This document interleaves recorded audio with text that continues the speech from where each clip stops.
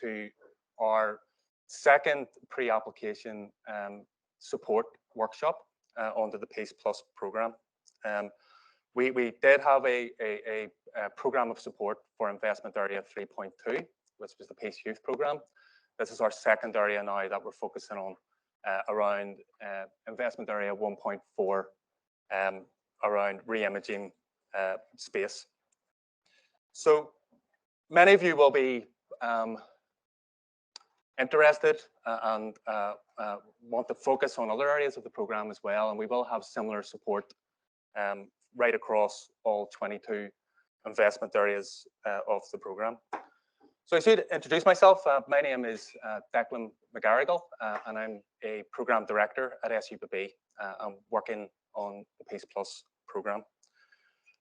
Before we get into the main content of today's workshops, and before I ask Gina to make some introductory and welcoming remarks, I just wanted to take you through very, very briefly the agenda for today's workshop. So shortly, as I say, Gina will say some introductory remarks. I will then give an overview of the context for the Peace Plus programme, how the programme was developed, and also then importantly, take you through investment area 1.4, which is obviously the focus of today's meeting. Also welcome Tony McKibben from the Department for Communities and Rosie Smith from the Department of Rural and Community Development. And there are two accountable departments who are providing match funding to this area of the programme.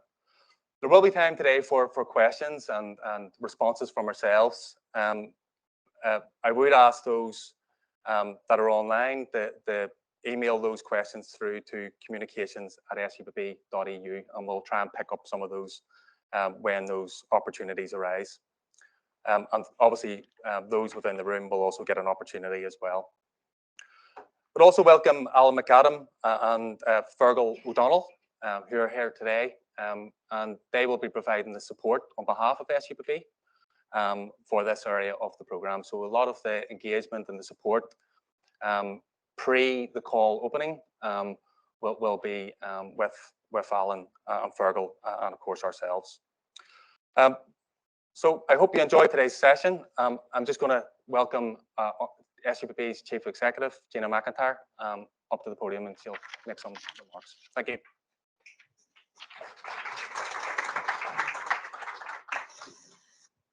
Good morning, everybody. I'm Gina McIntyre, for those online maybe who can't see us in the room.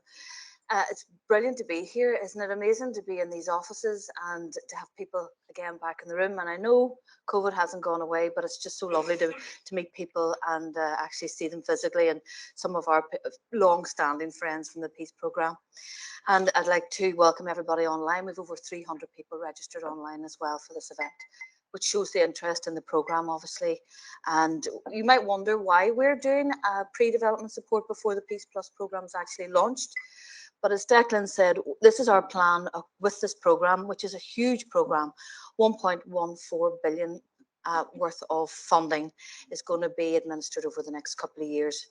And we'd like to acknowledge the hard work, the financial contribution, as well as the hard work and the dedication to the programme from the EU, the Irish government, the UK government, and the Northern Ireland Executive, who are all contributing to this as recognition of the importance of the work that continues here in peace building.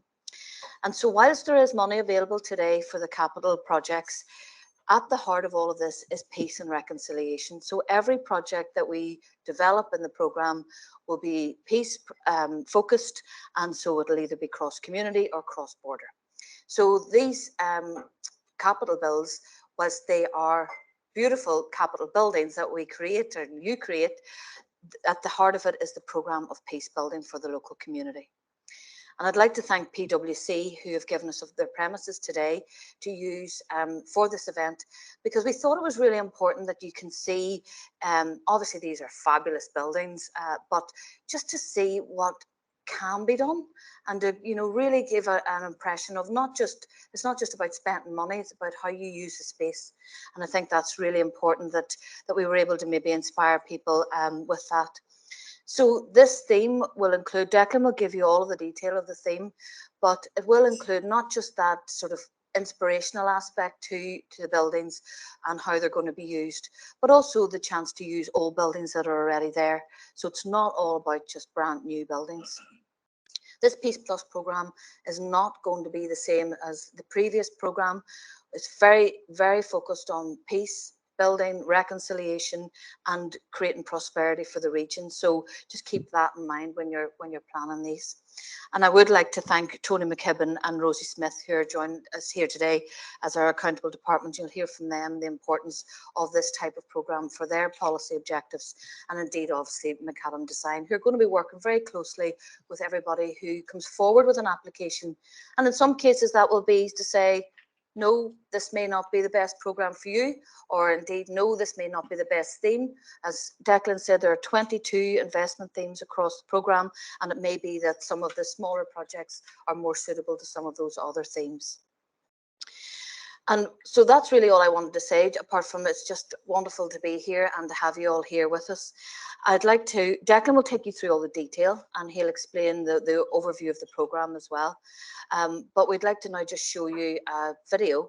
It's just a 2-minute video of some of the projects that we have funded currently in Peace, and you maybe hopefully get some inspiration from those as well. So I hope you enjoy the morning, and please make sure you ask all the questions you need to ask today. Thank you.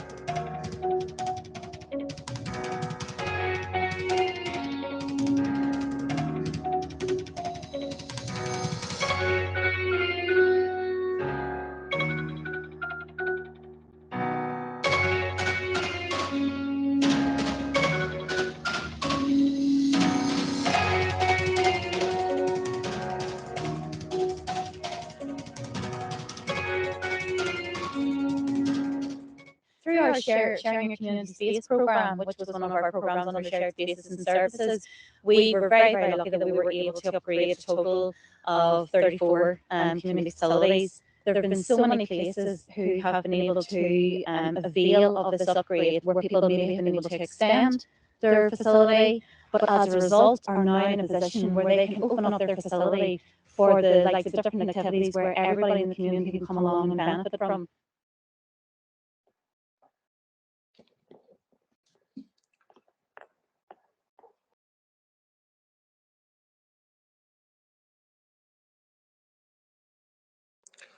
Thanks very much, Gina. And I'm sure everyone will agree some of the really exciting projects that you can see from our current Peace 4 programme, and indeed even stretching back to Peace 3, you'll be aware of some of the really excellent projects that have been funded and operationalised through the funding of the programme.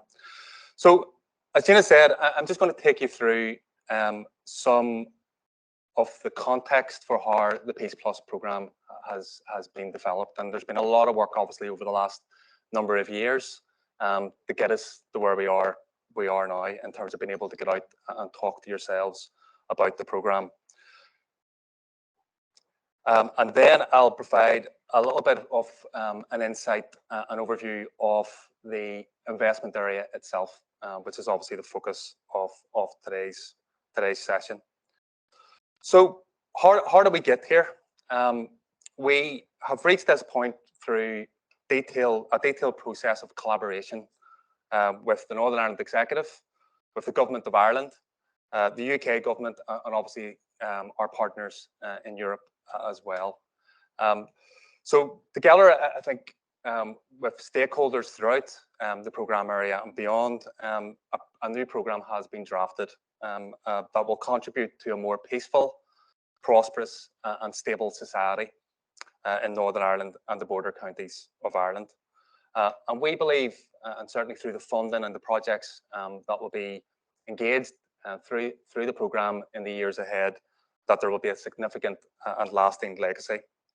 It's an exciting programme that builds on the legacy of all previous peace and Interreg programmes that many of you will be and have been involved in. But it is distinct, you know, and I think it's important always to be thinking in terms of peace project and peace funding, what the added value is, what can peace funding provide. So it will fund activities that obviously promote peace and reconciliation, but also about promoting and contributing to cross-border economic and territorial development. So thinking about peace and prosperity right across any project across these investment areas, including in investment area 1.4. So how was the Peace Plus programme developed? As I said, it's been a long road really getting to the point where we can come out and start some of this engagement in terms of workshops and around investment areas. The SEUPB commenced the development process back in probably around 2018. And it was in the 2019 then that we had a lot of intensive engagement with stakeholders like yourselves. We held a number, I think about 16 events across the programme area at the end of 2019 and the start of 2020.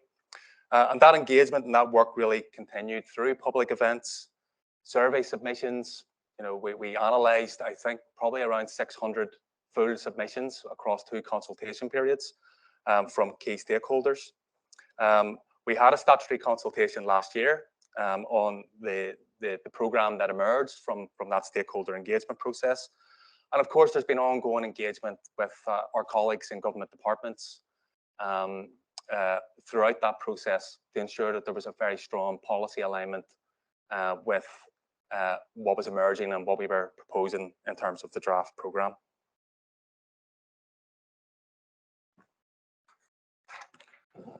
So what emerged was obviously the Peace Plus programme itself, and the programme area is Northern Ireland and the border counties of Ireland. There's a very significant budget allocation, which we're very excited about, of 1.14 billion euros.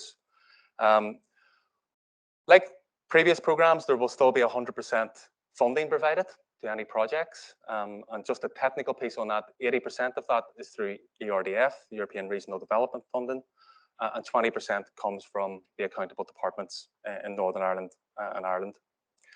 As Gina mentioned, 6 themes across the programme, 22 investment areas, so there's a huge scale and breadth of potential projects and activities, and of course impacts that we want to see those projects make. Should also say one thing that is there's increasing potential around onto this programme period is around partners from outside the programme area being involved. So that's something that every project should really be thinking about. Is that potential? Is there projects, partners from outside the core programme area that can add value to a project and obviously deliver impact within the programme area? So where does the re-imaging communities investment area 1.4, where does that sit within the Peace Plus programme? You can see on the screen, there's obviously the 6 thematic areas, and you can see the 22 investment areas then flowing onto that. But under theme 1, building peaceful, thriving communities, investment area 1.4, re-imaging communities, the shared spaces, re-image space, that's where this particular investment area sits. And there's 75 million euros available for a number of projects under this area of the programme. And that's obviously what we're wanting to engage with yourselves on in the months ahead.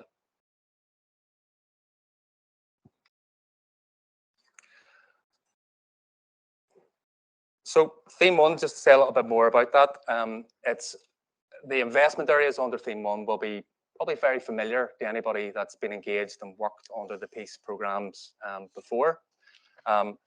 Theme 1 has been at the forefront really of previous peace programmes. When you look at the local action plans are funded under theme 1. Obviously around building positive relations, some of those regional level projects, the local level projects. The big focus this time around small scale projects, and there's a budget allocation under theme 1 for those small scale projects. There's also an allocation under theme 6 for that as well. But it's about really any project, including investment area of 1.4. It's about practical cross-community and indeed cross-border contact through those projects, and that's really fundamental, and it has been fundamental to the Peace and Interreg programs since their inception. So again, you can see on the slides the kind of reinforcing that message in terms of where it sits. Gut theme 1 has a total allocation of 250 million euros, and then you can see those 4 component parts, all of which will have separate calls for applications, including 1.4. So moving on, just to talk a little bit about investment area 1.4. And every project that applies under the PEACE programme has to select from what's called a specific objective. So this is again a technical thing in terms of how the programme is submitted to the European Commission. But when you go on to the system, further down the line, the specific objective that you'll choose for this area is about creating a more cohesive society through increased provision of transformative shared space and services, which will support and embed peace and reconciliation. So again, as with previous programs, there's a strong result orientation with any projects that are being funded.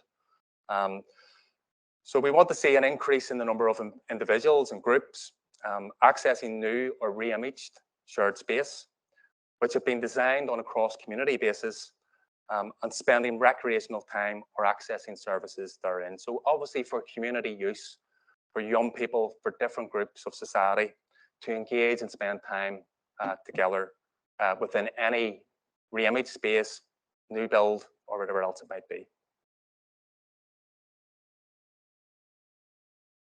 Delivering impact, every project must bring about a positive change in the form of a clear, meaningful, and sustainable distance travelled for communities and ultimately the end beneficiaries, those using the buildings or the services therein. It's about breaking down the barriers of territory and developing spaces that both communities can have access to and share. And obviously as well, through the projects that are being funded, it has to involve changes in attitudes and behaviours, and ultimately leading towards a reduction in segregation. Colleagues Alan and Fergal, who will speak later, will say probably a little bit more about this, and you've probably been looking at some of the types and the actions that can be supported already in some of the documentation that we've provided on our programme website. But there's a number of different areas and actions that we want to see emerging in terms of your projects and what you're developing. So obviously, as I said, the re-imaging projects, but it's also about collaboration. You're getting your partnership right for those projects. It's about space. It's about the facilities that are provided and supporting the usage of those facilities and spaces. So really thinking from the design stage through to the development of the shared space and the facilities, and then ending with that focus on the cross-community usage. So you can see, it's about actions which enable key representatives and leaders of different communities to collaborate and design these projects in the months ahead. It's about obviously the re-imaging of existing space, removing sectarian symbols, emblems to encourage increased shared usage, and obviously to deliver peace and reconciliation outcomes. So there's a range of different areas there, which Alan and Fergal will go into in a little bit more detail shortly. But these are the actions that you have to focus on. And when you submit your application and in terms of assessment, that's what we'll be assessing the projects on as well, that you're hitting those areas. So again, in terms of really just to reiterate some messages around that, from the design stage, the development of shared space and facilities, encouraging that cross-community usage. We can have urban and rural settings in terms of these projects. It's the full programme area, the breadth of it. It's about cross-community, cross-border usage, thinking about that in terms of the development of your project. And it's about having a transformative effect locally, as well as having projects that can have a regional significance as well and draw people in from different communities and different areas. The indicative project budgets, again, these aren't set in stone. They're a guide at this stage. And but I think at a minimum, really, projects of €2 million. I think we need projects of scale in terms of their size in order to deliver the impacts that we want to see.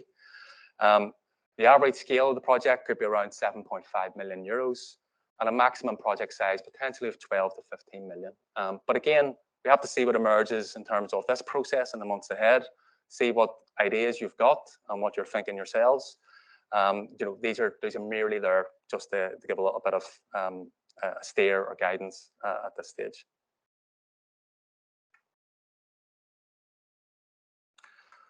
So the important thing, obviously, around output indicators and result indicators for the programme and for this investment area of the project, we have to report to the European Commission and indeed government departments and others in terms, and also the wider society and stakeholders, that these programmes are making a difference and that they're delivering impact. In terms of the output indicator, it's relatively simple. We want to see 10 capital shared space projects jointly developed and implemented. So that's the actual re-image space, the facilities. Once that's done, then we can report that there's achievement on that. And then the result indicator at the other side of that, it's back to that point about the usage. Who's using this facility? What's this facility being built for, or re-imaged for, or refurbished, or whatever else it might be? And the target, the result indicator, is 50,000 participants from different communities engaged jointly within new shared spaces. So it's important to bear that in mind. Again, we'll be looking for information in your application form. We'll be assessing it. How are you making a contribution through your project to those output and result indicators?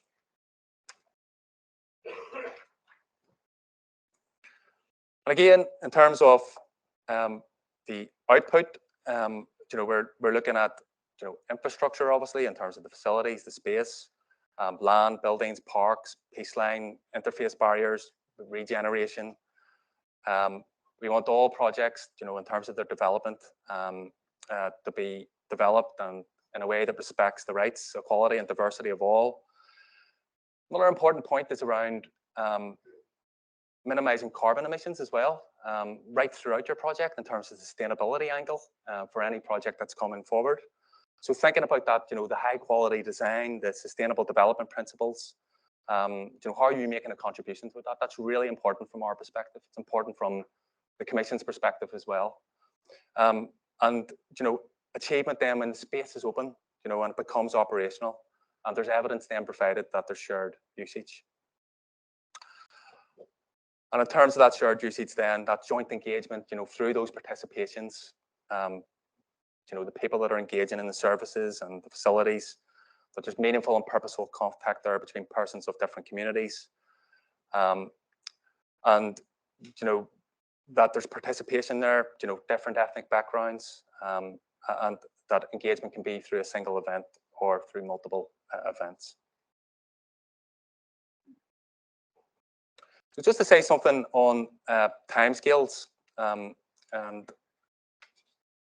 obviously this is something that is critical in terms of where we are at this stage. We're delighted to be able to start to open up some of this support in this area of the programme. So the pre-application support will start from today. This workshop is the first part of that.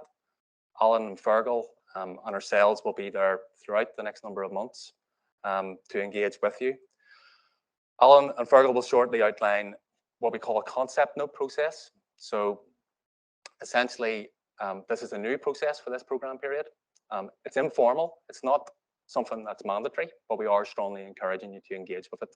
So there'll be a downloadable template from our website, which you'll be able to fill out. It's a short form sets out your concept, what you're thinking of in terms of your project. It'll allow you to say something on budget, describe your project, your contribution to outputs, things like that. So that then can be sent to our colleagues Alan and Fergal, who will then provide feedback. And that process of support will be ongoing. And Alan will say a little bit more about that later on. Should also say, if you're not aware, that there is some information on our website already. And hopefully most of you have had an opportunity to go on and look at that. But if you haven't, there is what we call a program overview document. It's essentially a citizen summary. Now, the program is large in terms of the scope and the scale, in terms of the 22 investment areas. So there's quite a lot of information in there. But if you're interested in particular areas of the program, it's a really useful document. It's a really necessary document at this point, because it sets out some of what we want to see in terms of the actions. In due course, the full cooperation program, the full document that has to go to the Commission, will also be published on our website. The program manual, which sets out the rules and some of the processes around the program, will also go onto the website. Closer to the time of the calls for applications, there will be a guide for applicants. And of course, what we're working on in the background on this as well is a call document, and we're working hard with the government departments on that at the minute to agree that ahead of a formal call launch. But we'll try, as things emerge, as things get tied down, we're a little bit more certain on some of what's going into the call in terms of some of the further detail. We'll issue some further information out through Alan and colleagues to make sure that you're as up to date as possible. I should also say, obviously, in terms of questions, and I'm sure many of you will have a lot of questions, and we'll get an opportunity today to take some of those. But we will look at anything that's coming today or beyond today in terms of queries or points of clarification. And we'll have a frequently asked questions, an FAQ document that will also go onto our website, which will keep updated and will evolve as the months progress. So just to finish, just before I pass over to our colleagues in the government departments, again, just in terms of timelines, concept notes, you'll be able to send and start to complete from today onwards. We are working towards a call opening in autumn of this year, and probably a 3-month period then beyond that in terms from call opening to close. And that ongoing support and the developmental support will continue throughout the next number of months. So I'd just like to thank you for listening. And as I said, there'll be an opportunity for some questions later on in today's session. I'm just going to pass over now to colleague Tony McKibben in the Department for Communities. Thank you very much.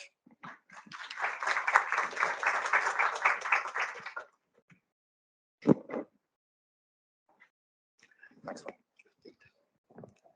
Okay, good morning, everyone. I'm delighted to be here, and thank you for the invitation from SEUPB to attend this morning. My name is Tony McKibben. I'm with the Department of Communities, one of the accountable departments for this investment area, along with the Department for Rural and Community Development in the south of Ireland. And as Declan has said, we provide the match funding on behalf of the Northern Ireland Executive. What I want to do this morning is just take a few minutes just to basically say a little bit about the department, who we are and what we do, and also to say something about our policy objectives and why we are involved with this particular investment area in the programme. Okay, a bit about the department. We are a relatively young department, only 6 years old. We were, sorry, I'm having problems. Yes, we were established in 2016, and we are the largest of the 9 Northern Ireland civil service departments.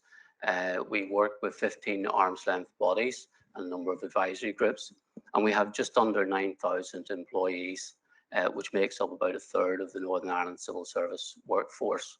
And we also have a significant budget of about £7 billion a year. The vast majority of that is expenditure on social security, but just over £1 billion a year for our other activities. So we have a huge range of functions, and just to describe some of those.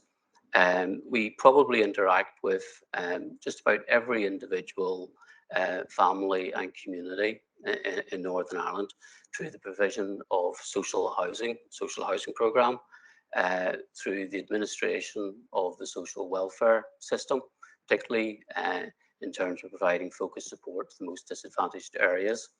We provide training and support to job seekers and employees. And we do a lot of work in bringing divided communities together by creating urban centres, both in residential areas and both in our town and city centres, that are sustainable and welcoming for all people to use, whether it's to live there, work there, or to relax and spend leisure time. We also support local government in the development or in the delivery of effective services. And we maximise public benefits from areas such as culture, the arts, and leisure and sport sectors. We also have a number of programmes aimed at tackling disadvantage and promoting equality of opportunity. Some of you will be familiar for programmes like the Neighbourhood Renewal Programme, where we particularly want to deal with disadvantage, but also promote social inclusion and equality in society. So a very, very broad range of activities in terms of departmental functions. Our leadership, it would be amiss of me not to mention my boss, I think. Our minister is Deirdre Hargey, MLA, who was appointed as Minister for the Department of Communities on the 11th of January 2020. And she is very keen that the department participates in the Peace Programme, and particularly in these investment areas that we're the accountable department for.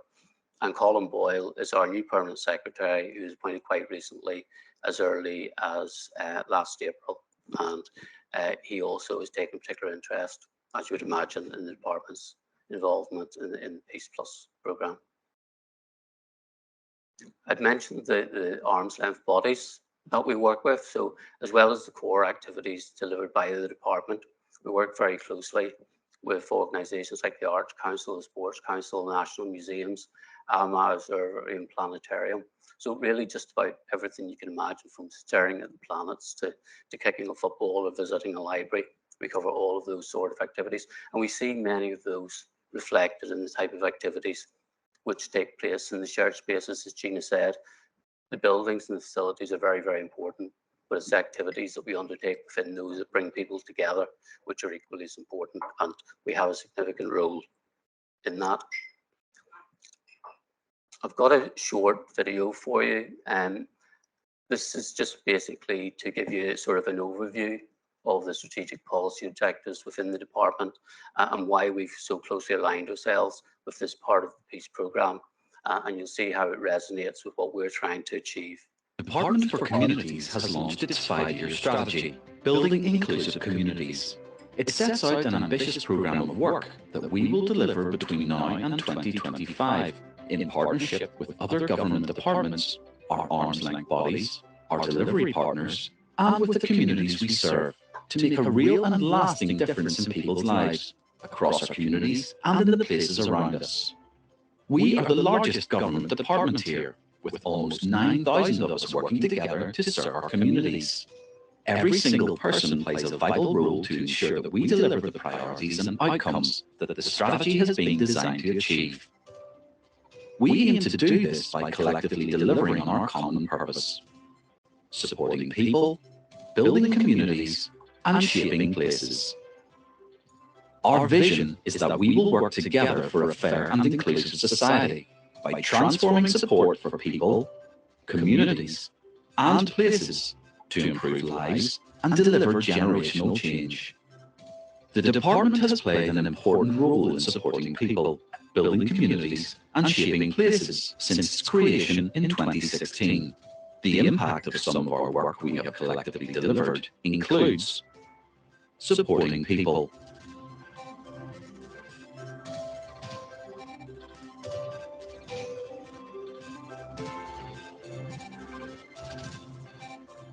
building communities,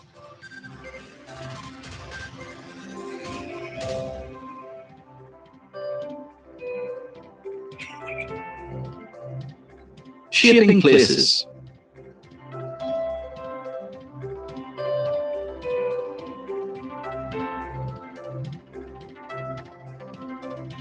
COVID-19 has resulted in drastic changes in people's lives. Our strategy will be the roadmap we will all follow to ensure that we are delivering the right services, supports, and interventions to deal with the immediate and longer-term economic, societal, and well-being impacts that the pandemic has had and will continue to have on people and our communities.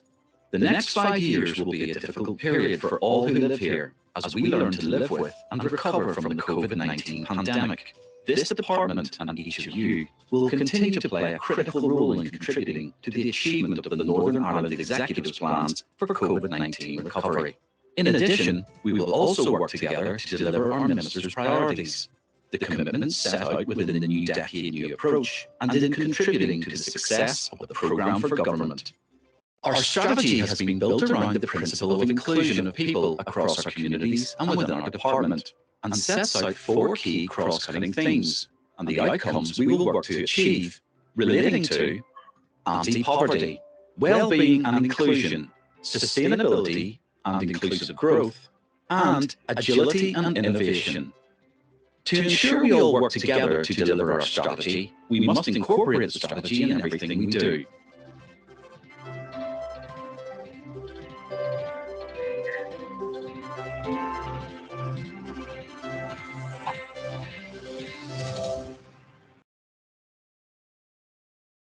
Okay, so hopefully that gives an overview of what the department is trying to achieve, and you can see how well that resonates with what Declan has indicated this particular investment area is trying to achieve as well.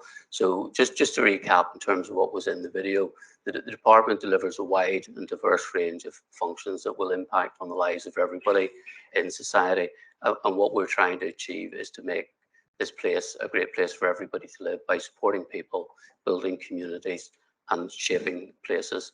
And you can see, particularly in terms of this investment area and re-imaging communities, how well that fits in with the policy objectives which both the Northern Ireland Executive and the Department for Communities is trying to achieve.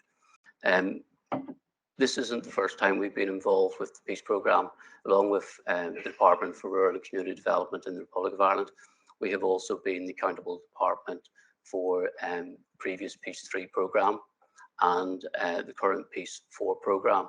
So under those 2 programmes in Peace 3, we have delivered, along with SEUPB, 18 shared space projects. We're currently in the process of delivering a further 8 projects which are under development at the moment. You'll see some examples there just along the top slide.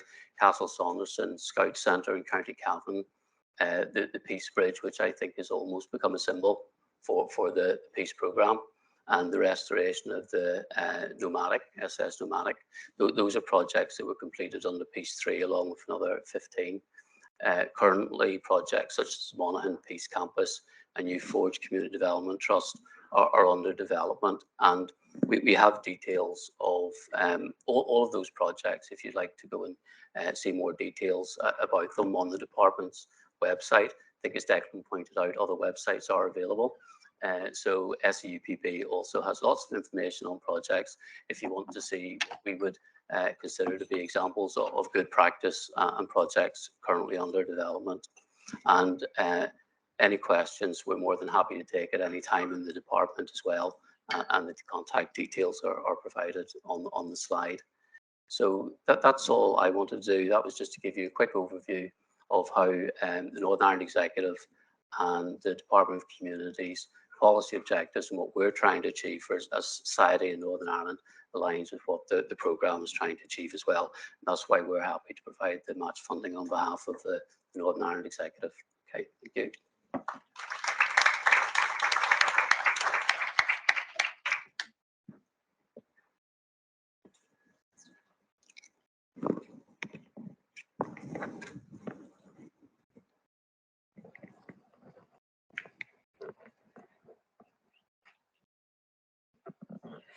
Now, good morning, everyone. My name is Rosie Smith, and I work in the Department of Rural and Community Development in Ireland. It's great to see such a large turnout here today, both virtually and in person. Our department was founded in July 2017 and is led by Minister Heather Humphreys and is assisted by Minister of State Joe O'Brien.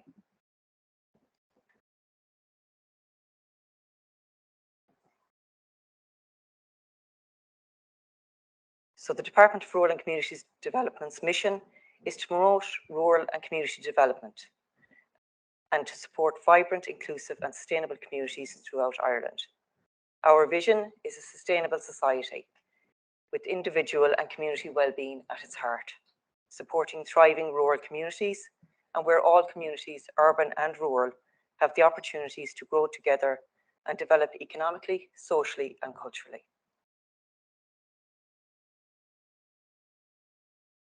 A key objective of all the programmes under our department's remit is that they are targeted at those sectors and areas most in need, while also acknowledging the ongoing and future economic and social challenges we face as a result of a number of contributing factors.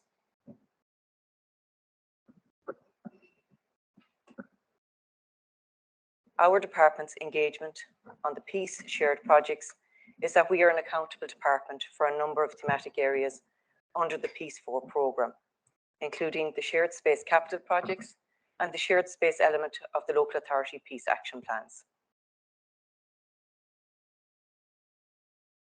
The objective of the re-imaging communities is to create a more cohesive society through an increased provision of shared spaces and services, which will benefit and embed peace and reconciliation.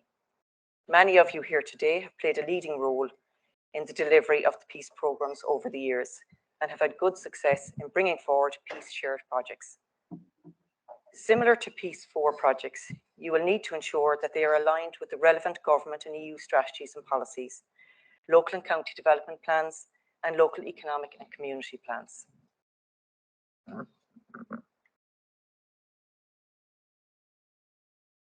So in my next few slides, I will outline a number of key documents from an Irish government's perspective, including our Shared Future, the Programme for Government, Project Ireland 2040, the National Development Plan up to 2030, our Rural Future, Rural Development Policy up to 2025, the Local Economic and Community Plans, the Regional Spatial and Economic Strategy, and the Sustainable, Inclusive and Empowered Community Strategy, which is up to 2030 or 2024. And one of our current strategies that are under development at the moment is the National Outdoor Recreational Strategy. The closing date for submissions and the consultation process for that strategy and what people wanted to say on the development for outdoor amenities was the 23rd of June last. And we look forward to launching that strategy later this year.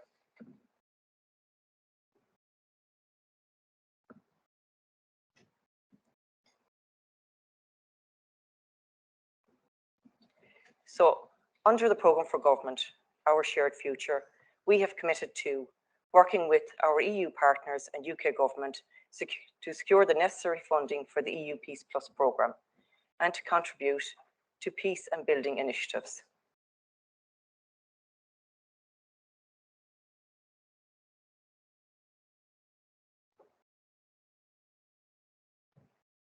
Project Ireland 2040 is a combination of the National Development Plan, which sets out the investment priorities that will underpin the implementation of the National Planning Framework, and submissions must demonstrate relevance to Project Ireland 2040.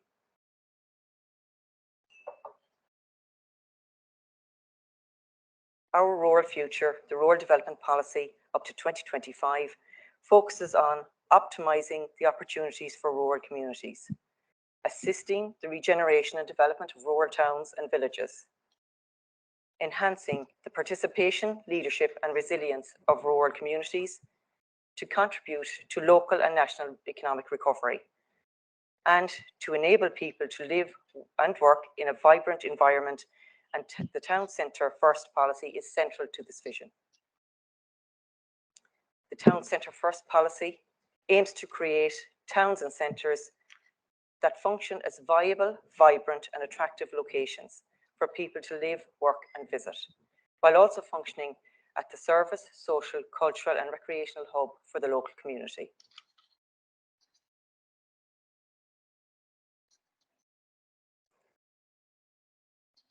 the local and county development plans are also key documents to reference as they identify the planning and sustainable development of the county over the lifetime of the plan and to provide an overall strategy for the social, economic, cultural and physical development of the county, including improvements to local amenities.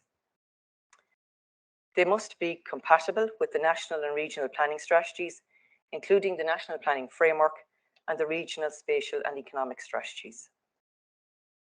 The local and county development plans are complementary to the local economic and community plans, which are currently under consultation and development in each local authority area in the border region of Ireland.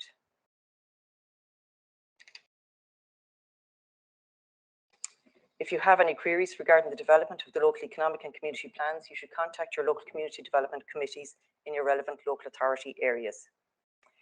A key objective of our department is to facilitate the growth of grassroots, community-led development and greater participation and engagement by all communities in the local decision-making process. The Sustainable, Inclusive and Empowered Communities, a 5-year strategy to support the community and voluntary sector in Ireland 2019 to 2024, supports partnership and collaborative effort at all levels and between all stakeholders, comprising high-level objectives and assisted actions to support communities, their representative organisations and the community and voluntary sector.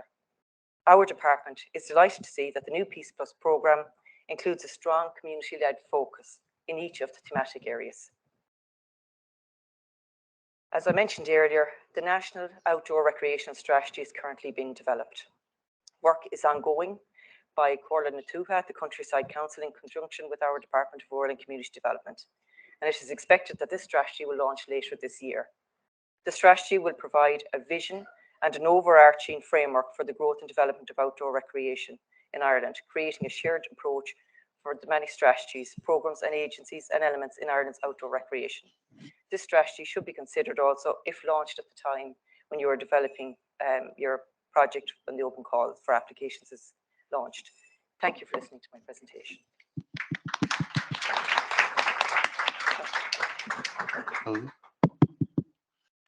Thanks very much, Tony and Rosie. So just before Alan and colleagues go through their part of today's session, we're just going to open it up to the floor really for any initial questions on what you've heard so far. And then after that, obviously Alan will take us through the concept note process and some of the support that they're going to develop. And there will be an opportunity after that as well at the end of the session to ask any additional questions.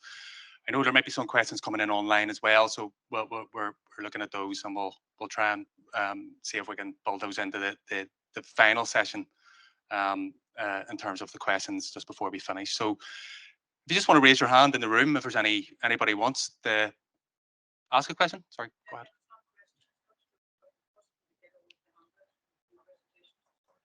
Absolutely. We'll put all, just for anybody that didn't hear, especially online, just whether we can provide the presentations and the slides from today. So we'll put everything up online on the PEACEPLUS page of the website. So, and we'll circulate that around everybody that's attended online or in person. Okay. Any other questions or comments? Okay. Sorry, go ahead.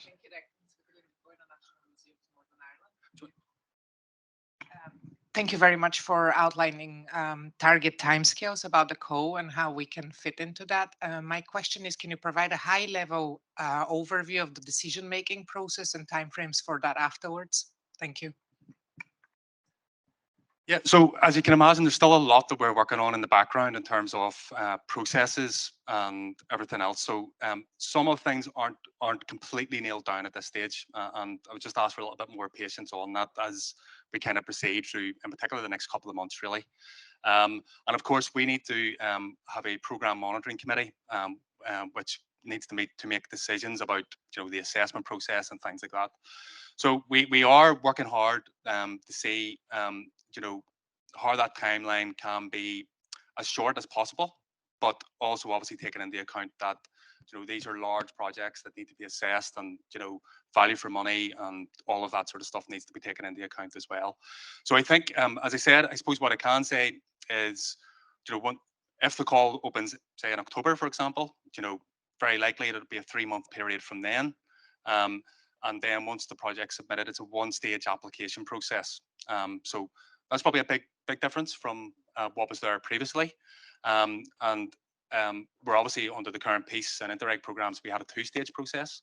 So it's a 1-stage process the next time round. And you know, again, that's one of the reasons why we're wanting to get out and support and provide some of this additional pre-application support, because we want to ensure that, you know, as Gina said, if there's projects maybe that, you know, aren't relevant and maybe, you know, won't have a high chance of success, we want to make sure that, you know, people aren't wasting their time and working up a big application and all of that sort of stuff. So this support is really critical. We see it as even more critical than ever in terms of the engagement in this sort of process.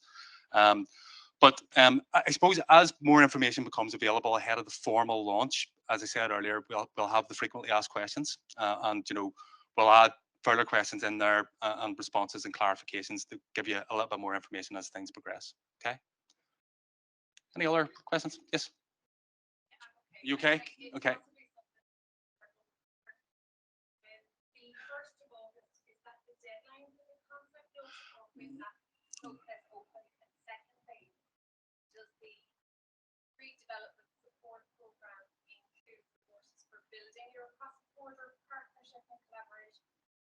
Yeah, so probably one thing, it may have been a mistake on the slide actually, where it referred to 1st of August. You can see Alan nodding his head there.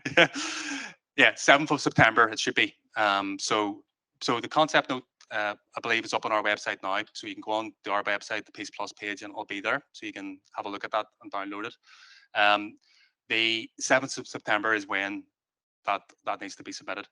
In terms of the support, I suppose the only thing I can really say on that is, so Alan's and his colleagues' support is very much, you know, reviewing the concept notes, you know, having meetings with you, trying to give you a little bit of a steer in terms of, I suppose, the direction that we're given, a little bit more kind of an intensive kind of process maybe than what we can offer, you know, because ultimately, you know, we're going to be assessing the projects and everything else. There is, you know, there is funding.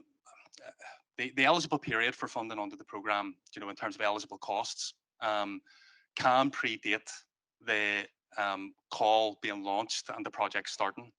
So there is a potential, you know, that, you know, for some of the preparation costs potentially, you know, that you're incurring, that you can build that into your project, you know, but ultimately the risk is you have to have an approved project for that to be paid. So, you know, you have to consider that, you know, as an organisation. It would also be subject to assessment as well. You know, ultimately, you know, and costs could be stripped out if we don't deem them to be reasonable. But they are eligible costs, you know, and that's maybe a question for yourselves as organisations to say, you know, is this a risk that's worth taking? You know, if you're developing these projects anyway, so you can build that in to your project proposal, and maybe through the FAQ process and through Alan's support, you know, we can provide a little bit more kind of detail on that as well. Okay. Declan, I would just add, in terms of that would. Yep.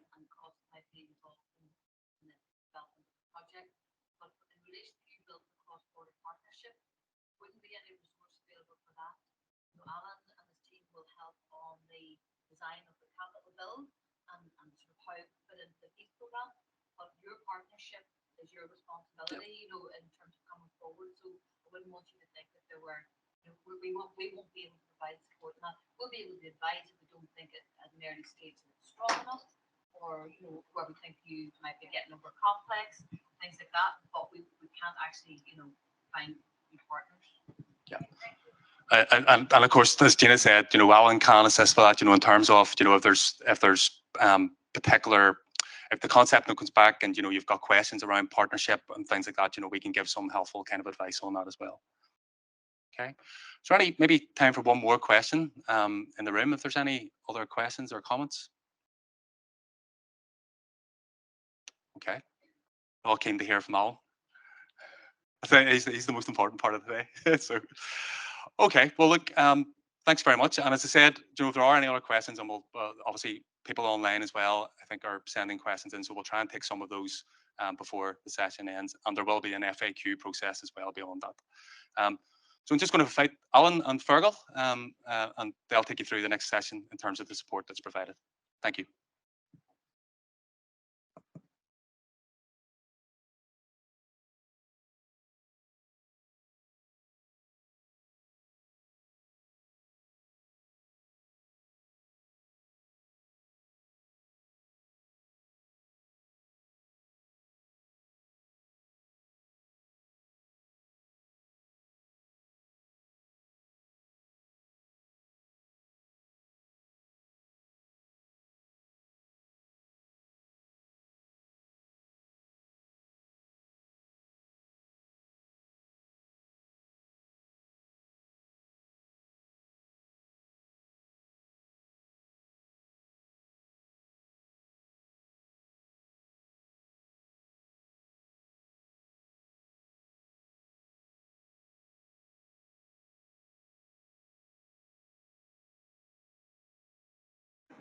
No. Yep. Okay. I usually don't need a microphone for those of you who know me. Good morning, everyone. Alan McAdams, my name. I'm delighted to join with you here this morning and these beautiful surroundings overlooking Belfast. And together with my colleague, Fergal O'Donnell, we look forward to working with many of you in the coming weeks and months in providing pre-development support and hopefully adding value to your deliberations and the projects that, all being well, will be presented for consideration under 1.4. And I think it's an opportune time now, if you haven't already started, to start the process basically of design, etc. So basically, just to start off with, I'm going to provide, I suppose, an overview and a little bit of, I suppose, more meat on the bones of what Declan articulated earlier in this presentation. We'll briefly recap on the budget and the indicators. We're going to look at the indicative actions or projects in a little bit more detail. We're going to look at eligibility and some key criteria.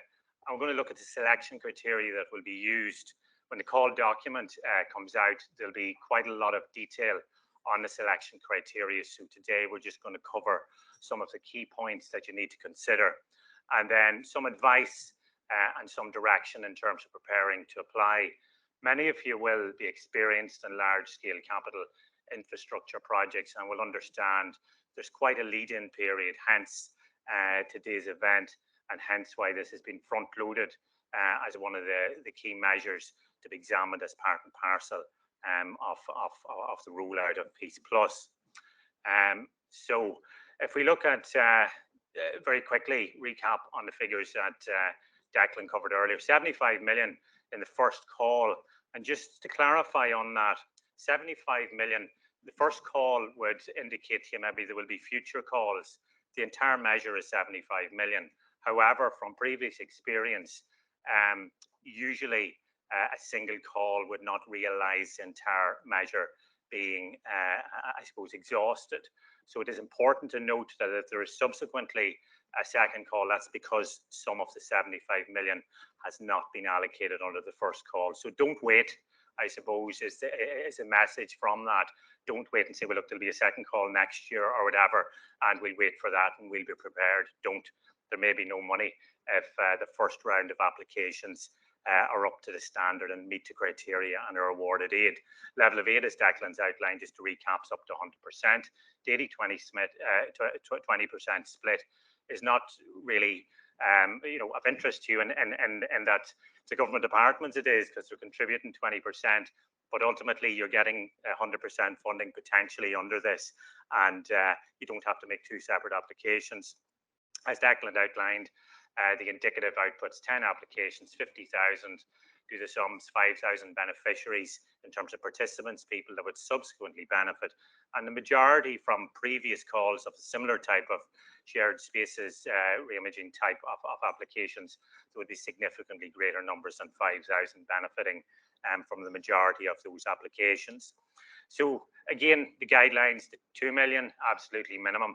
If people are coming to us with projects that are smaller, as on that, myself and Fergal will be, I suppose, not just telling you to go away, we'll be hopefully redirecting you to maybe other measures that may be forthcoming under the Peace Plus programme or other government initiatives by the government departments that may be more suitable for your particular project. One of the big challenges, I suppose, for you all and anybody undertaking a capital project at the moment is the rapidly escalating costs of construction. We've been involved ourselves in about 85, 90 million of applications in the last 18 months for clients, and we've seen increases of 25, 30%, including contingencies and even more. So I think that's going to be a challenge for us all, but it's outside of the control of the funders and also the applicants. So in relation to indicative projects, and just to add a little bit more detail to the points Declan made earlier, with 7, I suppose, areas of indicative actions. And again, this is not an exhaustive list. Don't take it that you have to have a project that fits neatly into one of these, but these are, I suppose, to get you thinking and get you into a mindset of understanding what, I suppose, the requirement or the desired outcome of this particular call is. So the first one, I suppose, is in relation to, actions that will enable key leaders and representatives of different communities to collaborate from day one, as Declan outlined, from design phase, not to be parachuted in when you're sticking the application or pressing the button into SEUPB. There needs to be evidence that they're there from day one, okay? And there are instances of that from the past, I know. And I suppose projects have significant social and economic regeneration and transformation potential. So these are iconic projects that are going to really make an impact, and examples in the videos earlier, I think, would give you an indication of that. The cross-border, cross-community is essential. It's not optional. You have to have cross-community involvement in these projects, and those ratios that Declan outlined, I'll mention a little bit about those in a moment. Cross-border is desirable, and if you can include it, but in the case of some projects, it's probably not really all that realistic to have a high level of it. But cross-community, essential, cross-border, most certainly desirable, and it will add value to your project. Maybe not necessarily in the capital build, but the programs that support the facility that's re-imaged or the new facility that's built. If you have a cross-border dimension to it, most certainly desirable and would be welcomed. Other projects such as, I suppose, re-imaging existing spaces. So it doesn't have to be a brownfield site or a greenfield site and something new that didn't exist. Could be an existing project that needs significant transformation, and just be conscious of that, because when people think of these projects, they think of a completely new project on a brownfield site or a greenfield site in a town or a city or whatever. That is not necessarily the case. So I think there's a bit of creativity and it broadens the scope. I suppose including, removal of sectarian symbols, emblems, and I suppose issues that divide our communities and cause issues, whether around culture, heritage, or something else.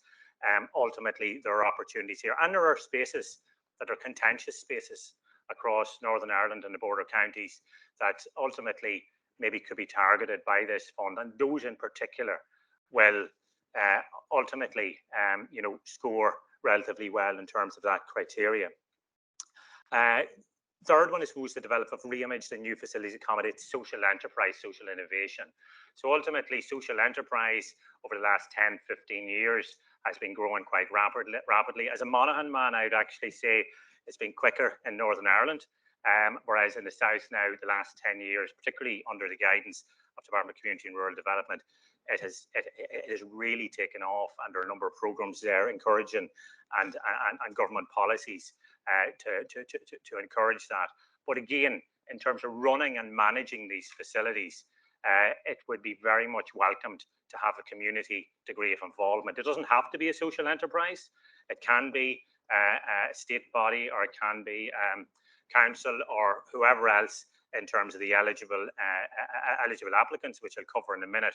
But social enterprise, community ownership, community involvement, because if you own, run, manage, and are completely embedded and bought into a project, you're going to have a greater potential to bring your communities with you, as opposed to have somebody external parachuted in to manage it on your behalf. Okay.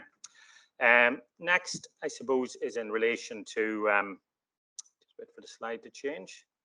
Okay, developing new and inclusive shared spaces will have a transformative effect in local areas. And there are a number of programs and initiatives supported by government in both jurisdictions. I know in the southern border counties, you have Rural Regeneration Development Fund, Urban Regeneration Development Fund, and you have a number of urban villages and various other initiatives in Northern Ireland as well, which are having quite transformative impacts and effects. I suppose the key thing is, you would say, what's the difference between those and this? It's ultimately the shared spaces and bringing people from different traditions together. They are not requirements of those other programs to the same extent. And I suppose there is a very, very clear demarcation in terms of where one stops on the other ends. And the two departments outlined earlier, I suppose the requirement to have congruence with other programs, policies, etc. This initiative and program has not been designed to duplicate existing state programs in either jurisdiction. It's to add value, and the additionality, as Declan mentioned, I think is very, very important in that respect. So the fifth area is in relation to multi and intergenerational, where you have younger and older people Sometimes, and my hair's getting grey, I'm heading towards older very quickly. Sometimes younger people can bring us forward and basically instill change. And I think it's very important that, and I think within this programme, it's very important that consideration is given, not on every project, but on some of the projects, that there's an opportunity for that cross-fertilisation of learning between the younger people, the teenagers, the youth, with older people in society, in order to instill change in terms of mindsets. As we get older, sometimes we find it more difficult. Younger people have more ability to adapt and change, and I suppose bring people with them as well. So again, that's why we have it listed in here in terms of multi and intergenerational uses both cross-border and cross-community. And I suppose there are a number of minority groups in society, in both jurisdictions. We're talking about new communities. In the southern border counties, you could have the Protestant community, for example, but in each area there are minority groups, and efforts that are made within these projects to bring in minority groups out from the cold, as you might say, in some cases. They're very difficult to engage with, and this is hard work, but that's what this programme is basically built upon. Other things such as, I suppose, in terms of programmes, this is a capital measure for large-scale infrastructure projects. But ultimately, similarly to previous programmes, there is, I suppose, a wish to have programmatic work to embed what the facility is about once you have the official opening and cut the tape. And that programmes and initiatives that will directly address the hard issues, sectarianism, racism, etc., and really embedding that shared space, community space concept, which could be foreign in some of these places that projects will come from. They will be welcomed as part of the applications. In other words, you have your capital application and there is facility to support those and back those up. And it's seen as a solid investment by SEUPB and the departments to basically instill that concept in these facilities and to provide support to front load it for a year or two at the very beginning. And then finally, I suppose, programs that will target your children, young people, health, well-being. So these are just a list of optional, I suppose, within the broader sphere. And to give, I suppose, the messaging across to you that this is a very broad program. You'll see these guidelines and these headings are quite vague. They're vague on purpose to try and give an opportunity for you to be creative and to basically use and utilize, I suppose, to the best of your ability, what resources and what opportunities and what challenges your communities face across the programme area. Okay, just in terms of eligibility and who is eligible, the net is quite wide in that you can have national, regional, local authorities, regional, local development agencies, universities, colleges. There's a long list on the slide deck.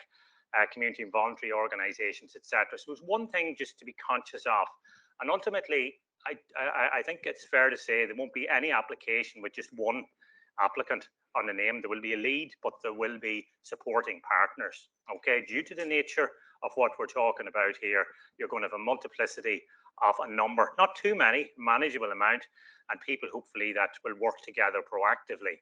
But there are three, I suppose, overarching criteria which are pre-qualification, and just to be conscious of those, and one of them has an impact on the applicant team. So the first one is in terms of the site. You have to be able to have title to the site, either own it or have a long-term lease. The second one is you need to have permissions in place, or you need to have permissions applied for at least at the time of application, and hopefully by the time of appraisal have them in place. But the third one, you basically have to have the capacity within the applicant team to underwrite the running costs of the project. So ultimately, if a lot of these projects will have cash flow projections, business cases presented to, I suppose, demonstrate and ensure sustainability. I suppose a big issue as projects of this nature have it, sometimes they don't go exactly to plan. Either there's costs overrun on the capital build, or there are issues in terms of just viability, sustainability. It is essential, due to the very significant capital investment of government funding and European funding that's been put into those, that underwriting ability is in the project team. So in other words, you're going to need somebody that has that ability. And those are the three, I suppose, pre-qualification criteria that need to be taken into consideration when you're putting together your project team. Apart from meeting the cross-community requirements, etc., think of sustainability. What partnership do we need to ensure, number one, it can be run as best possible, that will make it viable, and secondly, if you do run into issues, which on occasion can happen, that underwriting ability is there. Okay, and again, that's not an exhaustive list of potential applicants. So Declan outlined, I suppose, the eligible area in terms of the programme area. There is, and there has been discussion, you've seen it in the programme documents, of a broadening of the scope of eligibility for certain measures, at least, for the new Peace Plus programme of other parts of Ireland, apart from the southern border counties, which includes Sligo for the purposes of this programme, and Northern Ireland. That there is flexibility for organisations outside of the programme area to get involved, provided collaboration is seen as essential. Now, just to put I suppose a health warning on 1.4, it is expected, or it is anticipated, that the substantive investment will be within the programme area, that it won't be the other end of the country as such. That does not mean you can't have a partner from another part of Ireland involved in the actual application in terms of programmatic work or other work.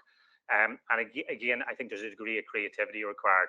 The splits you're familiar with from previous programs, 80-20, 60-40, and that's in relation to the terms, I think you use PUL, CNR, community, that basically you have, they're not really used much anymore, but basically you have to have that minimum split. There are some exceptions, and those exceptions basically are if you're challenged, for example, some of the border counties, it's difficult to get that 80-20 split. In exceptional circumstances, the involvement of minority communities, other minority communities, such as new communities, can be taken not as a substitute to avoid dealing with maybe some difficult part of the community you don't want to deal with, but if they aren't there, okay, there is that opportunity to basically deal with that. So in terms of selection criteria, very quickly, there are 7 headings, and again, there will be a lot more detail on the 7 headings when documentation, as Declan has said, is finalised and released.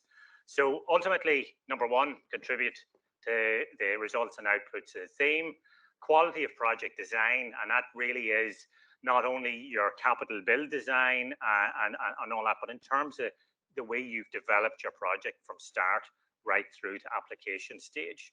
Quality cross-community and cross-border cooperation, that's the partnership we talked about, and are the key people around the table. Are they engaged in a meaningful way, and are they actively involved? Do they have roles? They're not just sitting around the table to fill a seat and look good, but do they actually have a role? Are they given some work, and are they really bought into this? Quality of project team partnership implementation arrangements. So ultimately, when you have your project team pulled together, roles, responsibilities, mark them out, delegate responsibility, and make sure there are no, I suppose, seat warmers around the table, that ultimately they have a role, and that will demonstrate to the funders meaningful participation. Value for money, ultimately, there are a number of metrics can be used for that, and I think you all are familiar with the Public Spending Code and Green Book and economic appraisals, and basically value for money ultimately is going to be a key factor, and as I say, costs are basically going up at the moment. Contribution to sustainable development, and ultimately Declan touched on this in terms of energy efficiencies and various other, the environmental and green agenda and the Green Deal at a European level ultimately underwrites any money that comes from European level. And also in terms of the two government departments, two governments have a very strong focus in terms of sustainability going forward, and want to ensure that these large capital projects can be a flagship and can be an example for others to follow suit. And then ultimately contribution towards equality, and I think that speaks for itself. So just in relation to preparing to apply, and a few, I suppose, bits of advice or direction at this stage. And again, Fergal and I will be working on a one-to-one basis with some of you in the coming weeks and months. Number one, does the project idea fit the core programme area? If it doesn't, at the moment, can it be maybe modified without completely moving away from what you want to do? Because round pegs don't fit into square holes and vice versa. And if it doesn't fit, in some cases it can't be made fit. So just be very clear at the very outset, because these projects involve a very significant investment by applicants. I've seen hundreds of thousands spent under the last round in terms of pre-development costs, investment, design fees, meetings, and staff time and resources. And I think it's very important that there's a screening done internally, and maybe there's another program that it fits. But if you're unsure, stick in a concept note, and Fergal and I will give you our honest opinion. Suitable partnership and collaboration. I suppose credible partners, and at least some of the partner team to have some track record in capital project management, development, and spending of large amounts of public money, I think is absolutely essential. Clear and unambiguous evidence of need. Ultimately, I know south of the border there's a census after taking place. Unfortunately, those census results won't be out till next summer, or probably spring anyway, at least. And you've NISRA stats basically in Northern Ireland as well. They're only one of quite a number of avenues. Full, comprehensive public consultation process needs to be carried out for these projects, and evidence of it. Stakeholder engagement. So you have the communities within which you basically are going to place these, that you're going to target for using these. You're going to have a multiplicity of other stakeholders in terms of community and voluntary sector organisations, statutory bodies, maybe government departments operating within these areas. And there's a need to map out your stakeholders at an early stage and start the engagement process. Important, document it. Okay, document it. What happened, when, with who, etc. Okay, and ultimately you're talking about selling the concept to the funders, and that evidence of need. There is a process and procedure to go through in order to do so, and then you ultimately have the proofing, as was outlined by the departments, in terms of local economic community plans, various other strategies and documents in Northern Ireland. If it's in the area of tourism, if it's an area of sport, area of whatever, pull out the relevant documentation. A number of them are up on the slides, and there are others, and ensure that you're compatible with, because SEUPB will not fund projects that are not in congruence with, which are not happy to fit into what is covered under those broader strategies and documents. Consents and approvals and planning, these take time. So the sooner you get your site, the sooner you get your project, have your consultation, develop to a stage, get your planning permissions, your consents in. As a minimum, by the time the call comes, hopefully later this year, there will need to be a planning application made and hopefully progressed, ideally granted, but that may not necessarily be possible in all cases, but as a minimum applied for. Okay. Evidence of congruence, local, we'll cover that. So evidence of financial capacity to underwrite the project. And again, that will be, for example, a statement from Director of Finance or whoever of the organisation to show the financial capacity of the organisation to do that. So evidence of need. It's not good enough to just anticipate the funder will know that. And in terms of, I suppose, proofing your project, you're familiar with the 5-case model for appraisal in terms of public spending code. And I suppose this is the bane of the life of some people. They're dealing with capital projects, going through these, we all are familiar with them, but ultimately there are a number of cases that you can look at here. And this diagram, I suppose, probably as concisely as possible, there's a large volume of documentation telling you how to go about doing this, but ultimately the strategic case, the economic case, commercial case, financial, and the management case, and look at all of those areas and ask questions, be critical of your project. And basically ask questions around each of those. And ultimately, if you do that and you can answer those questions fairly competently, you're on the right track. Because ultimately, when the application goes in, it's going to go through a rigorous process. and those of you who've done this before will be familiar with that. Okay, so in summary, just before I hand over to Fergal, assess if 1.4 is really appropriate avenue for you to pursue, and look, really do that as a first. Start immediately to plan for application. I know we're coming into summer period and holidays, and some people are on leave at the moment, but this process needs to be started, if not already. And some of you, I'm sure, have already done some work.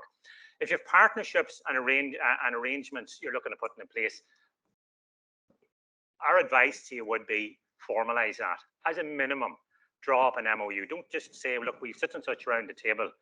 Go and draw up a memorandum of understanding. It only needs to be 1 page, but it outlines, what does an MOU do? It outlines what the project is, what the partnership is made up of, what your role is, and what's expected and anticipated. So it sets some ground rules. And when people sign that, psychologically it gives a buy-in, and it's just a bit of advice. Agree rules and responsibilities and delegate, and start the ball rolling very quickly. Scope out your process. Personally, I use mind maps. Here's my project, here's the various different elements, and then subdivide it down, put it in a single sheet, do a planning session of the good and the great, and you can draw up your project, I suppose, map or timeline very quickly. You do this in an hour if you get the right people together, or do an initial draft of it at least. I suppose ultimately resource the project development phase adequately. What I mean by that is some organisations will have capacity in-house to do a lot of work. Others will have a requirement, and most will have a requirement to contract in some services. As Declan outlined, if you're subsequently approved, costs back as far as 2021 are potentially eligible to be recouped. If you're not awarded funding, you're down the money, unfortunately, but that's basically it. And finally, avail of the pre-development support that will be provided. It'll all be provided in person by either Fergal or myself. Both of us are quite experienced, I suppose, in the field of large-scale capital project development. I've done a lot of appraisals for government departments and agencies also in the south. So I think we'll bring with us, I suppose, a skill set that hopefully it's not mandatory, but we would strongly suggest you would avail of it. So I'll just hand over to Fergal now, who will go through the concept note and show you what's involved in that.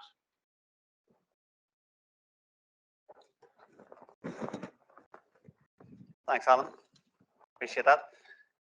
Good morning, everyone.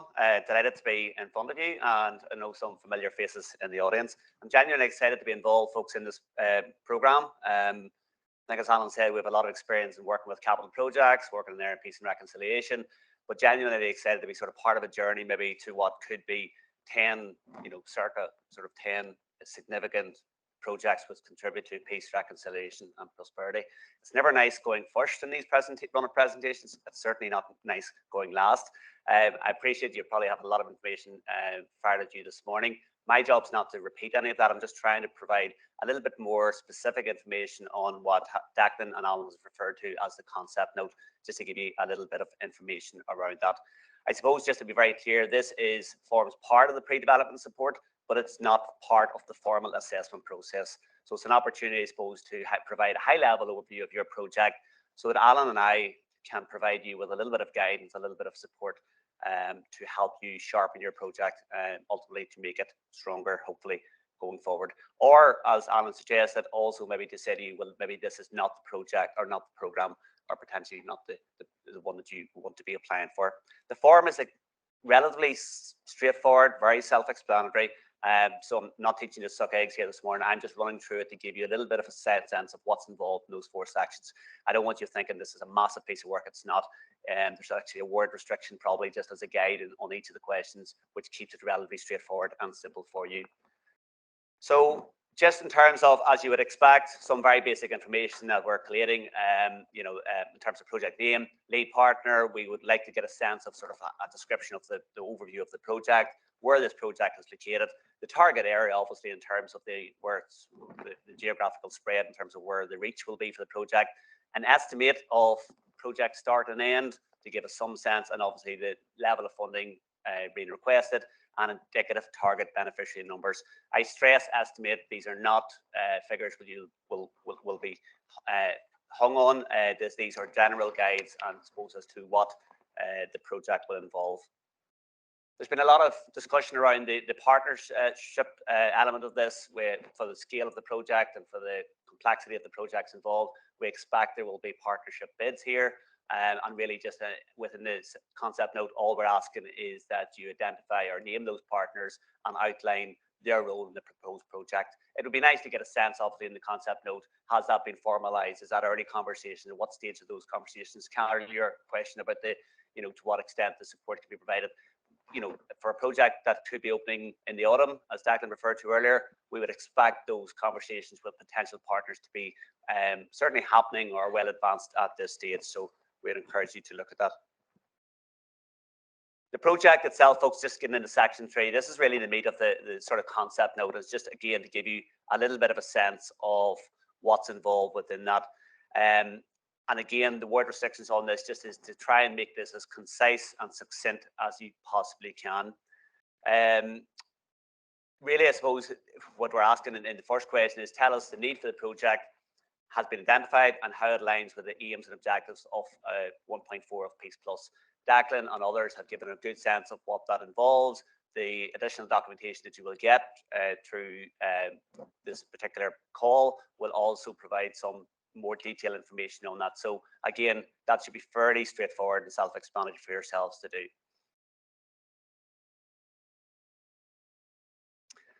Second question is around the outputs and results. And again, that's language that hopefully will be, I suppose, familiar to you in terms of previous SEUPB PEACE programs, and also in terms of the documentation that you will receive.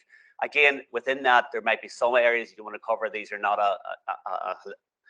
a list where you have to go through these and answer each of these points. These are for guide only. What geographical areas would your project cover? Is your project cross-border? As we said, it's certainly mandatory as cross-community, but is there cross-border element to it? Would like to hear a little bit more around that. Does your project contribute to cross-community and or cross-border focus? How will you ensure project participation from all communities in your project so that, again, it'll affect meaningful, ongoing, change-focused contact between people from different communities and backgrounds? And again, is there a sense of the project maybe engaging and efforts to engage people from minority communities? Again, self-explanatory to a large extent, and hopefully nothing too tasking of anyone. Again, just a fourth point around section 3, how will your project will not result in duplication or displacement of existing provision? There's a significant amount of capital projects has been invested in many years. There's a significant amount of work has been done in that area. It's a question, obviously, that is part of your appraisal, if you like, for the project. And we want you to sort of honestly sort of reflect what the potential duplication or displacement may be. And if there is duplication or displacement of some kind, obviously what measures have been put in place to avoid that potentially happening. And again, that should be, if your project is well thought through at this stage even already, you will have already given some consideration to that. And obviously a key part of this is around capacity. And really within the concept note, this is just an early opportunity to give some sense of the sort of capacity and the quality of the host team, the partnership and the implementing arrangements. So again, due to the significant scale and the complexity of these projects, we to provide assurance, we want to get a sense of who's involved, their track record, their experience, their ability to manage this particular project. Have they got the right qualifications, the right expertise in-house, or have they sourced that expertise from elsewhere? Obviously, in terms of the partnership, if the expertise maybe is split across or shared across different partners, we'd like to sort of see this coming through in this particular question. Again, track record of partners, it's not mandatory that these partners have worked on a capital project per se in the past, but obviously if they have, if there's been previous experience of working together on any projects, then obviously would like to hear a little bit of more detail around that. And again, any sort of practical arrangements that you put in place to really to support that sort of smooth implementation and management of the project.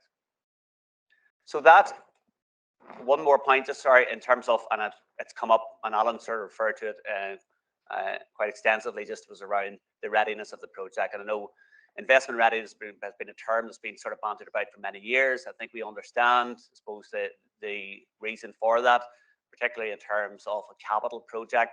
And there is an expectation that the project will be at least at a fairly advanced stage, really, in terms of its journey. Alan's referred to, I suppose, so far around the fact that at least ownership or at least a long-term lease should be in place for the site of the capital project. Any sort of feasibility work, and I've been talking to people this morning that have already, undertaken feasibility studies and business plans. That type of work is important, obviously, at this stage, if you're considering when this call will open, and obviously in terms of any design work that has been done. Certainly waiting to do that at a later stage will probably put your project at a disadvantage. So it's important that some of this work, if not started, certainly begins as soon as possible. I suppose costings, Alan's referred to also, and others have referred to sort of rising costs. Again, up-to-date sort of costings for the project would obviously be advantageous. And one of the biggest things, I suppose, is around sort of the statutory permissions that would need to be in place. So obviously, as you can expect, there's a timeline here in terms of the appraisal of these projects. And if planning hasn't been applied for at the stage of appraisal, then certainly it may not be looked upon favourably. If it's been applied for at least, then certainly it stands perhaps a much greater chance. Not to say that's not written in stone, but that's certainly advisable that planning permissions, statutory permissions are at least underway at some stage. And again, those are things that, looking around the room, and I know people that are online will be very familiar with at this stage. I think from small organisations to large organisations, we understand, I suppose, the nature of these projects and the need to be in a position of readiness to be able to capitalise on them. Just very quickly, just around the simple table, just to complete. Again, this is not binding you to anything in terms of the overall project. This is not form a part of your assessment process, but we'd like to get a sense from those concept notes, I suppose, is what sort of costs are involved, the direct staff costs involved in the project, and then the optimum bias. So we understand the optimum bias, you would be probably using industry standards which are commensurate with the project that you are delivering. Okay, so whether that be as a guide between 15 to 35% is sort of the bias. Again, that's a very, very difficult one in the current climate to try and put a very precise figure on, but certainly that's something to consider at the time when you're submitting your application. What would your bias be for this particular project? So that's something to maybe consider. And again, obviously, self-explanatory just in terms of contact details of the person who will be completing the concept note, and that person is obviously the person that myself and will hopefully be liaising with, and others within your organisations that you would like to be part of this sort of relationship as part of the pre-development support.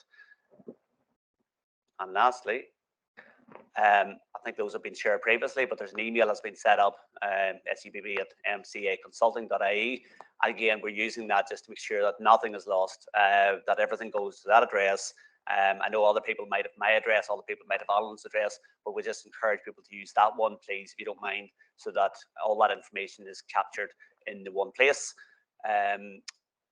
Queries obviously can be made to that same email, and the deadline for the concept note is the 7th of September. We are asking people just on the 7th of September is, if you're anything like me, you'll probably leave it to the 6th of September. But we're asking people ideally maybe to try and submit that, because hopefully if reassured you that it's not as complicated, it's not complicated whatsoever, it's fairly straightforward, and should be very simple to sort of complete. We're not marking, we're not grading this particular concept note. It's just purely just giving some high level information which will help us in terms of the meetings and conversations that we will have with individuals going forward. To answer Charles' point earlier, I suppose the level and extent of support that we can give, that might be based very much on the number of people that access that support. All we're saying at this stage is that we would encourage you to do that, obviously. We will come back to you within 15 days of submission of the concept note, and then after that, a series of conversations and meetings may be held. Our job is to support and advise and guide, or support, or to as best as we possibly can, based on our experience and knowledge of the programme, to make sure that your project stands as best possible chance, and that it develops in the right way going forward. So that is myself, and I'll hand back over to Declan. I'm sure you're all fatigued at this stage, so Thank you for listening to me.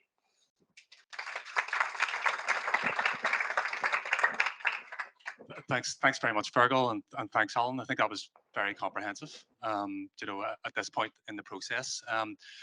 Just before we take some questions from the floor, again, there are a couple of points just to kind of build on what Alan and Fergal were outlining. I think in terms of the kind of plan and application, I think from our perspective, really, it's at the point of decision, really, that's progressed significantly. So it may help a little bit just in terms of, I suppose, the length of time that we have, because, it's not necessarily at the point where the call opens, even potentially the application form submitted, it's the point when we're really entering into a contract, that we need to see that, things have been progressed significantly around that. So that's just maybe one point to make. There's a couple of points came in online earlier, and just to respond to those. So one thing was just about other areas of the programme and when other support would be available. So, we're progressing this, particularly over the summer months, in terms of putting people in place, to make sure that support is there. I think probably in September we'll publish something on our website, that will give a little bit more detail on that, and there will also be a lot more detail in terms of, where we are at that point in terms of processes and procedures and things like that. So there will be more information, and please do keep your eyes out for that. Most of you are probably on our mailing lists, but if you're not, please do come back to us as well and get yourself added to that. The mailing list is important because probably the easiest way for us to get information directly to you. Also follow our social media accounts, and obviously the website as well as a resource. The other thing that came up online was around the outside the programme area and the potential for that, and whether there's any limitations or things like that. We're not being overly prescriptive on it. I think, it depends, on your project, and I think using Alan and Fergal really as a sounding board on that, I think would probably be the most useful thing. So if you've got thoughts about that, if there's a particular partners that you're thinking about, run it past Alan, run it past Fergal. They can come to us, we'll talk to them as well, and we can give a little bit more advice on that. But I mean, I suppose, look, it has to be for the benefit of the programme area as much as anything else, and it has to be, there has to be a rationale put forward to why you're doing that. The other thing as well, and I hope Alan and Fergal don't mind me saying this, the concept note is part of the process, obviously, and there's opportunity there, for you to formally put the concept note in. But I'm sure, in terms of advice and guidance, you can pick up the phone and drop an email to Alan and Fergal as well, in terms of, if you've got any questions or if there's anything that you're unsure about or any points of clarification and you're not maybe doing a full concept note, we strongly encourage it, but it's not mandatory. So I think that advice will be there. I'm going to ask Tina shortly to say some final closing remarks, but I suppose at this point, are there any other questions for any of us really on the panel before we finish up? Yes, Richard. On the budget, do you have an indicative split between capital expenditure and programming?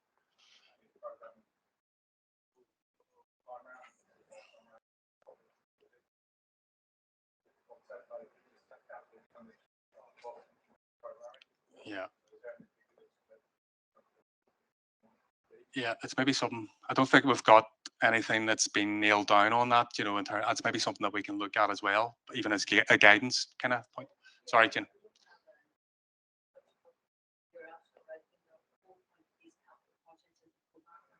Yeah.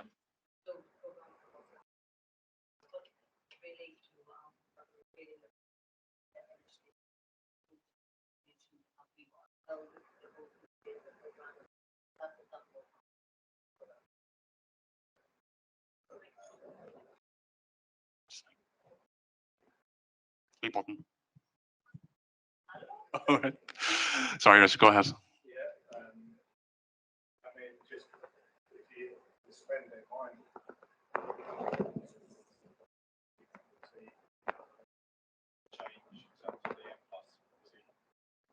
In old speak, you have the M plus period, and that still stands. Yeah, well, M plus 3, is part of this programme period as it has been in previous. There's always targets to meet there. I think, from our perspective, one of the reasons why we're wanting to get this started as soon as possible, is to get these projects out and, for the time to be there, I suppose, in terms of that spend. I mean, technically, I think as soon as possible. As soon as possible, yeah, absolutely. So, I mean, I think, the fact that this is going first, really, it's one of the first areas that will launch, hopefully we'll give more than enough time in terms of the spend.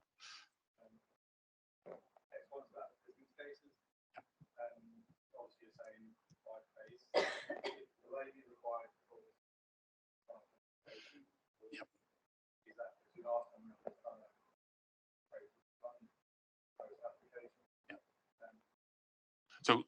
So the application form, will be built around the business case model, in terms of what's coming through. So, really it should be the application form will essentially be your business case, in terms of what's coming through. So as I said earlier, we've got this one stage process now, so, there's no longer the two stages. So it's really cutting out that first stage and going straight to the second stage. And the application form really reflects what we need to say, as Alan kind of outlined there, in terms of the five-step model and everything else.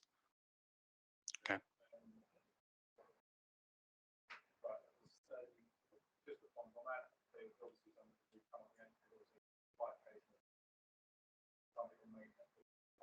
Yep.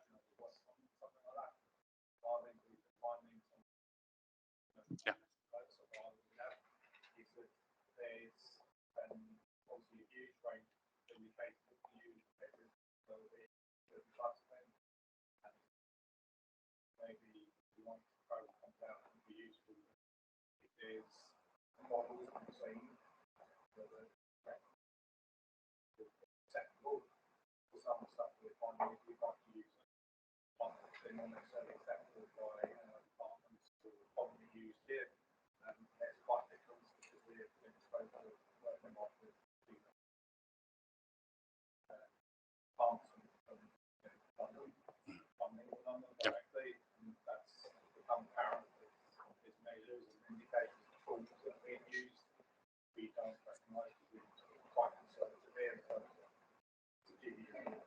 Something like that tends to be on that side. It was just a comment.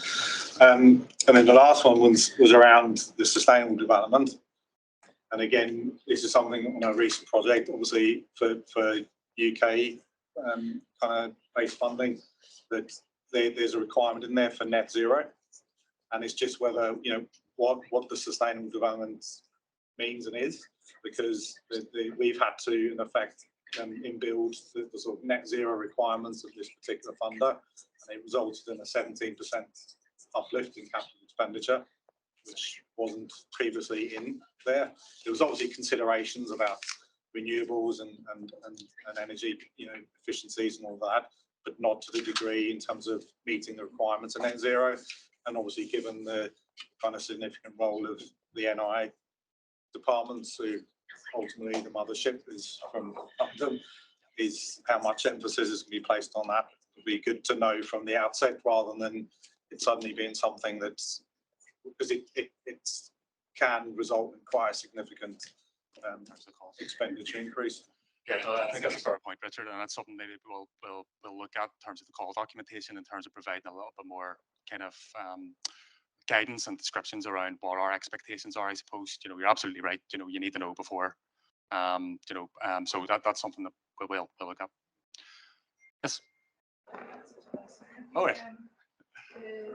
Central Statistics Office in Dublin and the Northern Irish Statistics and Research Agency share a series of questions regarding health and well-being that they add to their data sets when they collect data. So if you look at both, chances are they'll find you indicators and measures that you can use that apply cross-border, which is of course a problem when you've got a data deficit cross-border, but that might help. So if you look at both, there's some core questions that they share, and then they might be able to help you with the indicators. Thanks very much. Remember, nobody else online can use it. Do you like the room will turn on? Okay, so any final questions in the room just before Gina closes out then? Yes. On set note feedback, is that within 15 days of submitting it, or 15 days of close the submissions in September, you get the feedback. And then in terms of the planning, if you have a successful pre-application discussion and or outline planning under a reserved matters application, that be sufficient for the application process. Okay. So there's a question there just about the concept note and the deadline. Alan, do you want to take that one? And then we'll come to this. It's all been well, unless you all come at us as once. Basically, 15 days from you submitted, we will be back in contact with you. Yeah. Well, on the second part of the question, that's maybe something that we'll need to look at in terms of the FAQs, just to provide a little bit more kind of guidance on that point. Okay, so we'll make a note of that and come back to this. Okay, I'm just going to pass over to Gina now, who'll just close out on the session, and we do have some lunch afterwards as well. So hopefully you can stay around for that, people in the room. Thank you.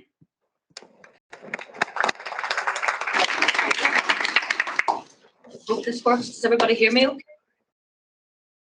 Well, just to say thanks very much I really want to thank Alan because I think they've done a super job in outlining some of the project requirements and some of what we're working on, and Rosie and Tony as well. We've been working very closely with them on the development of the call. A lot of what here today will be in the call. There will be more detail in the call, and as Rosie outlined and Tony as well, all of the policy documents, we have taken account of all of those as we've been developing the call and indeed developing the programme. So, but it would be your job, because things have been changing since, and they will change every time, before we have the call out and then the next, maybe the next state intervention. So it is your job then to include in the call in your application how you believe the project is meeting the policy documents and requirements of those departments. But we will be outlining that. We have taken account of that. We'll be outlining all those documents in the call as well, and some of the other issues such as the environmental aspects of sustainability, and also the likes of health and well-being. We were trying to find ways to make this process easier. The whole point of this pre-development support is that you get an opportunity to develop a better quality project. You have time to look at it, and we ultimately get a better quality project that we fund. And I was with the Commission this week just in Brussels, and they were absolutely delighted to hear that this was happening today. The timing for the programme is such that it has been signed off here by the Northern Ireland Executive, the Irish Government, North South Ministerial Council, and it's due to be adopted now in the Commission's, hopefully by the end of July. There's some requirements, arrangements between the EU and the UK that are being finalised, and so we're planning that this programme will open hopefully maybe in September, certainly, and then the calls can be launched. But that's why this is so important. This time now is precious for all of our areas to go and start developing the project ideas. We don't want to be waiting to the call opens to then suddenly say, oh gosh, what do I do now? We're really excited about this programme. It's an amazing programme. We're really, really honoured to have the money. It's a privilege to have this money. We will be coordinating with other funding streams that are available to see what we can do in relation to a more strategic approach. And certainly where you see ERDF mentioned in some of the slides earlier, that also includes the UK contribution, the replacement of the ERDF in this. But an underlying principle across this whole programme, all of the investment areas, is community involvement. It's about grassroots level, it's about what's needed by the communities. It's not about somebody deciding what the communities want. Actual community engagement is really important in all of these projects. And also that whole area of social economy and rural regeneration. But we want you to be ambitious in what you're doing. We want our strap line is like think big and think differently for this programme.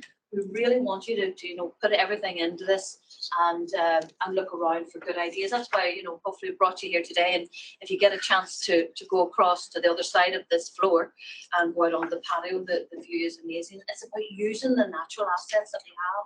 So it's not just all about new buildings. It's about regeneration of existing buildings, bring them up to speed, make cost a little bit more.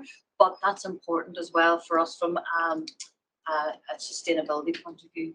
And also something we need to take account of is our new communities. It's been mentioned a lot already, but the new communities that will be here, particularly the Ukrainian communities will be here, think about how they're going to be programmed in, about engaging with those new communities and how you involve them and put costs in for those as well, which is really important. there was reference to, you know, the cross-community aspect of these programmes. Don't get too hung up about that. I would say at this stage, it's all about peace building. It's you can demonstrate that your project is bringing peace to your area. Don't get too hung up about the 60-40, the 80-20 split. We're really looking at how we monitor this going forward.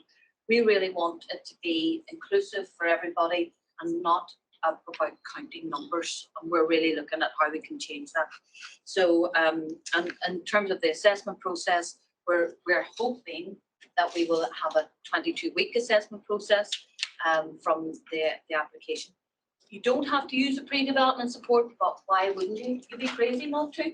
Look at the wealth of knowledge these guys have in order to help you build your project. This is how we want to try to help you. We can't give you funds at this stage, but we can give you support. So please use it. It doesn't exclude you from making an application at any point.